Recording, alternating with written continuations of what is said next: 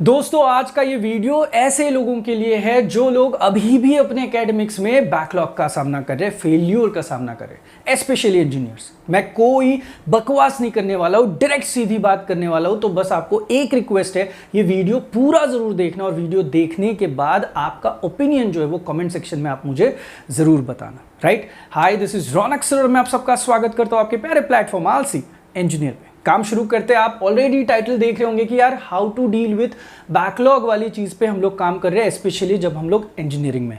देखो, हम जब से छोटे से बड़े होते आ रहे हैं, हम लोगों को एक ही चीज बताई गई है या फिर एक नोशन बन चुका है कि भाई फेल होना ना ये बहुत बुरी बात है। अब जस्ट बिकॉज हम लोगों को फेल नहीं होना है, इस वजह से हम लोग स्टैंडर्ड 1 से लेके स्टैंडर्ड 12 तक के 10 तक के हम लोगों ने पढ़ाई करी है। बताओ मैं सही बोल रहा हूं कि नहीं?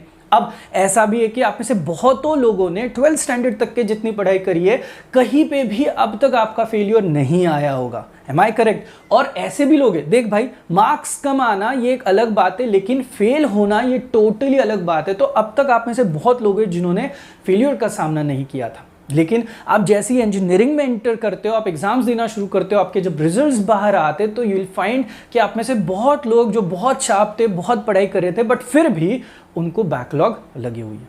अब जब फेलियर आप लाइफ में पहली बार देखते हो ना, तो भाई वो फीलिंग ही अलग होता है। बहुत सारे लोग जो है वो आपको फिर गाइड करने के लिए आते हैं, ओपिनियन देने के लिए आते हैं, लेकिन यार फील कोई नहीं करता है। पहली बार जिसको बैकलॉग लगा हो, फेलियर लगा हो, उन लोगों को सबसे पहले तो देखो, समझ लो यार क्या चीज़ें चल रही है, क्यों चल रही है। देखो, बहुत चिड़चिड़ होती है, रोना आता है, हम लोग को ऐसे होता है यार मैंने क्या गलती कर दी कि मैं इंजीनियरिंग में आया हूँ। तो एक थॉट आता है कि यार मैं वैसे भी बोल रहा था इंजीनियरिंग बहुत टफ है, क्या मैंने इंजीनियरिंग को छोड़ देना चाहिए?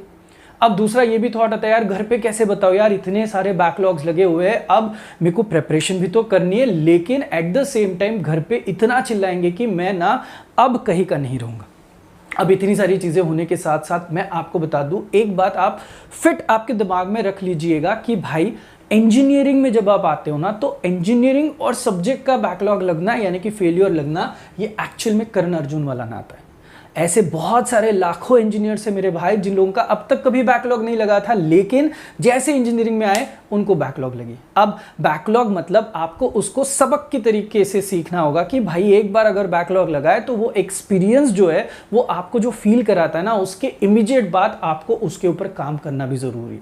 एक बात तय कर लो कि यार क्यों हुआ, ये एनालिसिस आप एक आध दिन के बाद करो, लेकिन आपको रोना है, आपको चिड़चिड़ करनी है, आपको पूरा शांत रहना है, आपको जो करना है, जिस दिन आपका रिजल्ट लगता है उसके इमीडिएटली एक दिन के स्पैन में आप जो करना है करो, दरवाजा बंद करके चिल्लाना है चिल्लाओ, जो करना है करो, लेकिन उसके बाद आपको ये रियलिटी फेस करनी पड़ेगी। जैसे लाइफ के प्रॉब्लम्स होते हैं, उसी तरीके से ये एकेडमिक में भी हम लोगों को एक प्रॉब्लम है जिसको हम लोगों को सॉर्ट करना पड़ेगा। आपके दिमाग में बहुत सारी चीज़ें आएंगी, जैसे कि सर जी इतना हार्डवर्क करा था, मैंने स्मार्ट वर्क भी करा था sir, at the same time planning भी एकदम तगड़ी थी और एग्जीक्यूशन में भी मैंने बहुत सारा पेपर लिखा हुआ है, बट फिर भी यार बैकलॉग लगी। मैं आपको बता दूं, ये जो लक नामक फैक्टर है ना, ये बहुत बड़ा फैक्टर है भाई, जो इंजीनियरिंग में मैटर करता है। अब बोलोगे सर ये तो सभी लोग बोलते हैं, भाई मैं आपको बता रहा हूं, खुद एक्सपीरियंस कर चुका हूं कि लक बहुत मैटर करता है। इसीलिए अगर आपको बाई चांस आपका फेलियर भी आया हो, बैकलॉग भी अगर आया हो, तो आपको कोई डरने की जरूरत नहीं है भाई। ये part and parcel of engineering है,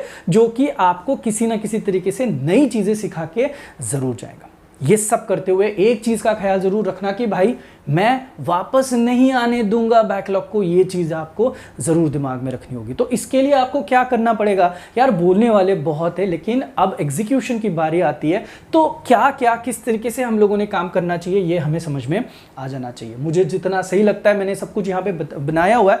मैं आपको बता दूं, जब आप इंजीनियरिंग को आते हो ना, तो समझ लो आपको अगर 5 सब्जेक्ट है, तो ऐसा कोई माई का लाल नहीं है कि जिसको पांचों के पांचों सब्जेक्ट्स में बहुत खतरनाक वाला नॉलेज हो या फिर उसको सब कुछ आता हो। मैं आपको एक लॉजिक बताता हूं, 5 में से कोई 2 ही सब्जेक्ट ऐसे होते हैं जो थोड़े बहुत समझ में आते हैं, और बचे हुए जो 3 सब्जेक्ट होते हैं ना भाई, वो आपको हमेशा परेशान करने के लिए होते हैं। तो अब आपका इंजीनियरिंग क्या है? Engineering is not about those 2 subject जो आपको थोड़े बहुत समझ में आते हैं। इंजीनियरिंग इज ऑल अबाउट वो जो बचे हुए 3 सब्जेक्ट है, उसको किस तरीके से स्मार्टली डील करना है, और डील करते करते उसमें अच्छे मार्क्स भी लेके आना है। तो इसीलिए जो सबसे पहला काम आपका बनता है वो है कि आप एनालिसिस करो यार, आपका अभी 1 बैक हो, 2 बैक हो, जितने भी बैकलॉग हो, और अभी का करंट सेमेस्टर है तो टोटल आपके बैकलॉग कितने, ये सब्जेक्ट कितने, उसकी लिस्ट बनाओ।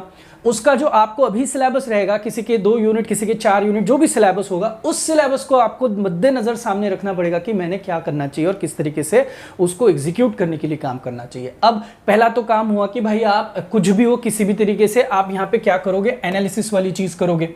उसके बाद आपको नेक्स्ट चीज क्या करनी होगी कि यार रिसोर्सेस मेरे पास क्या है। यानी कि देखो, मैं आपको सीक्वेंस लगा के दे देता हूं कि ये आपका पहला वाला काम था। अब उसके बाद सेकंड काम आपको ये करना है कि भाई आपके पास रिसोर्सेस ऐसे कौन से जो कि आप यूज कर सकते हो। लोकल ऑथर्स होते हैं, टेक्स्ट बुक्स होते हैं, वो आपको यूज करना है, करो। ग्लोबल मैंने इसीलिए लिखा क्योंकि यार बहुत सारे लोगों के वीडियोस है, यूट्यूब पे अवेलेबिलिटी है, गूगल पे अवेलेबिलिटी है, पीडीएफ मिलते हैं बहुत सारे ऑथर्स के, तो ये भी आप रेफर कर सकते हो जो कॉन्सेप्ट्स आपको नहीं आती है उसके लिए।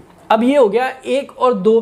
थर्ड नंबर चीज है कि भाई आपको एक चीज और पता होनी चाहिए कि एग्जीक्यूशन करते हुए कौन से वाले सब्जेक्ट थियरी है और ऐसे कौन से सब्जेक्ट है जो कि आपको न्यूमेरिकल बेस्ड रहेंगे। इसका मतलब है कि ये आपका तीसरा पॉइंट रहेगा कि जो आपको समझ में आना चाहिए कि भाई एग्जीक्यूशन जो करना है वो थियरी पार्ट के लिए कैसे करना है और न्यूमेरिकल बेस के लिए किस तरीके से हम लोगों को अटैक करना है, सम सॉल्विंग जो है वो किस तरीके से हम लोगों का होना चाहिए।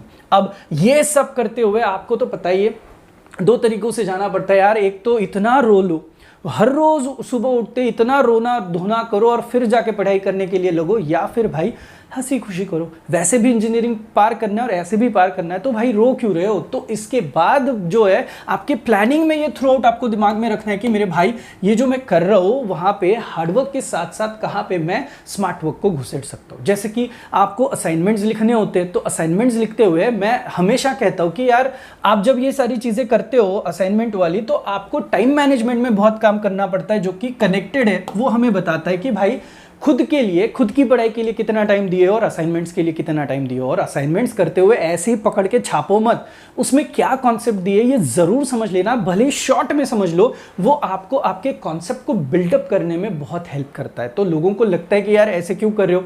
एक और चीज़ टाइम मैनेजमेंट में कि भाई आप कॉलेज बहुत सारे लोग अटेंड नहीं करते, बोलते यार चलो 50, 60, 70% अटेंडेंस आया तो भी ठीक है। मैं आपको बता दूं कितना समझ में आ रहा है कितना नहीं समझ में आ रहा है से भी ज़्यादा ज़रूरी है कि भाई कौन सी चीज़ें कानों में पड़ रही है। तो अगर आपको कोई आपके सब्जेक्ट से रिलेटेड कोई कॉन्सेप्ट सिलेबस से रिलेटेड दिमाग में आ रहे हैं, तो भाई जो समझ में नहीं आ रहा है वो तो नोट डाउन कर लो।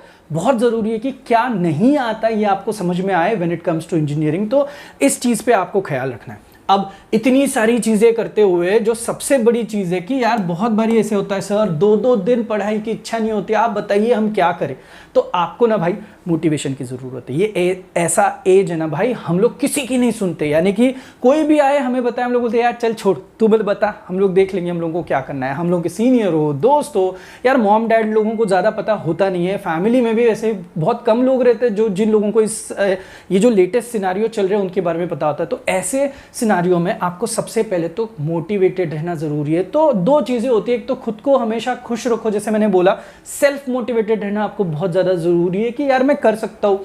ऑल इज वेल वाली चीज़ जो है वो आपको करनी पड़ेगी। या फिर यार आप किसी का सहारा लो, जैसे कि आपके कोई मेंटोर होंगे, आपको लग रहा होगा कि यार मेरे को रौनक सर से बात करनी है, तो आप मेरे साथ क्लियरली बात कर सकते हो। या फिर कहीं कितने सारे यूट्यूब के वीडियोस आपको दिखाई देते हैं, कंटेंट दिखाई देता है जो आप देख के खुश हो सकते हो कि यार मोटिवेट कर रहे, बता रहे कि लाइफ में किस तरीके से आगे बढ़ना है और पढ़ाई या फिर एकेडमिक्स में किस तरीके से हम लोगों को सुधार लाना है। ये हो गया आपका मोटिवेशन के बारे में। अब उसके बाद ज़रूरी चीज़ें 2 बचती है। एक है कि हम लोगों की प्रिपरेशन जो चल रही है वहाँ पे हम लोगों को हमारा सिलेबस पढ़ के कंप्लीट करने में कितना समय लग रहा है और उसके बाद रिवीजन के लिए टाइम देना, ये बहुत ज़रूरी है। सिर्फ पढ़ के जाओगे तो काम नहीं बनेगा, रिवीजन के लिए आपको टाइम स्लॉट देना बहुत ज़रूरी है, जो कि आपको आपके प्लानिंग में, प्रिपरेशन में ज़रूर रखना पड़ेगा, वो स्पेशल एलिमेंट जो कि रिवीजन वाला है। और उसके बाद फाइनली आता है आपका असेसमेंट। तो इतना सब कुछ काम करने के बाद मेरे भाई आपने ये भी चेक करना है कि क्या वो पर्टिकुलर सब्जेक्ट के उस पर्टिकुलर सिलेबस का मुझे प्रीवियस ईयर के सारे जो क्वेश्चन है वो सॉल्व करने आते हैं, नंबर 1। नंबर 2, कॉलेजेस में जो एग्जाम्स होते हैं यूटी हम लोग उसको बोलते हैं, तो ये जो यूनिट टेस्ट होती है तो हम लोग बहुत लाइटली लेते हैं।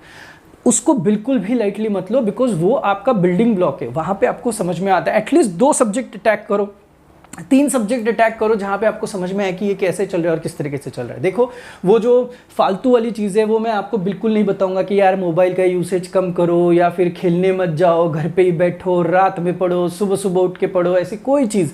भाई आप लोग इतने वाइज हो, अभी इतने स्मार्ट हो, हम लोगों से भी आप लोग स्मार्ट हो, तो आप सच्ची में ये सारी प्रिपरेशन बहुत तरीके से कर सकते हो। मेरा बस कहना है आपको भाई, जिन लोगों का सच्ची में बैकलॉग लगाना, मेरी तरफ से उन सभी लोगों को एक प्यार वाली झप्पी, और उन सभी लोगों को जिनका इंजीनियरिंग मैथमेटिक्स 2 बैकलॉग में है, उनके लिए भाई मैंने एक प्यार वाला कूपन क्रिएट किया हुआ है, जो कि आज से, जैसे कि वीडियो पब्लिश हो रहा है उसके बाद से 8 दिन तक के आपके लिए अवेलेबल रहेगा, जहां पे आपको अगर मैथमेटिक्स 2 की पढ़ाई करनी है तो कोर्स जो है वो ऑलरेडी आलसी इंजीनियर के ऐप पे अवेलेबल है, जिसकी लिंक मैंने डिस्क्रिप्शन में दी है, और कोर्स में 300 रुपीज आपको ऑफ मिलेंगे ओनली फॉर मैथमेटिक्स 2, और उसका कोड रहेगा आलसी। अब एट द सेम टाइम बाकी बहुत सारे सब्जेक्ट आप देख पा रहे हो यहाँ पे ऑलरेडी अवेलेबल है ऐप पे, तो प्लीज आप जाइए, डेमो सेशंस देखिए, और आपके सर का काम अगर आपको पसंद आ रहा है तो प्लीज प्यार दीजिएगा, कमेंट दे दीजिएगा, या फिर आप रिव्यू भी मुझे दे सकते हैं। दोस्तों आपको ये वीडियो कैसा लगा, जैसे कि मैंने आपको बोला था, प्लीज मुझे जरूर बताइए। मिलते हैं नेक्स्ट वीडियो के लिए, तब तक के लिए भाई थैंक यू सो मच।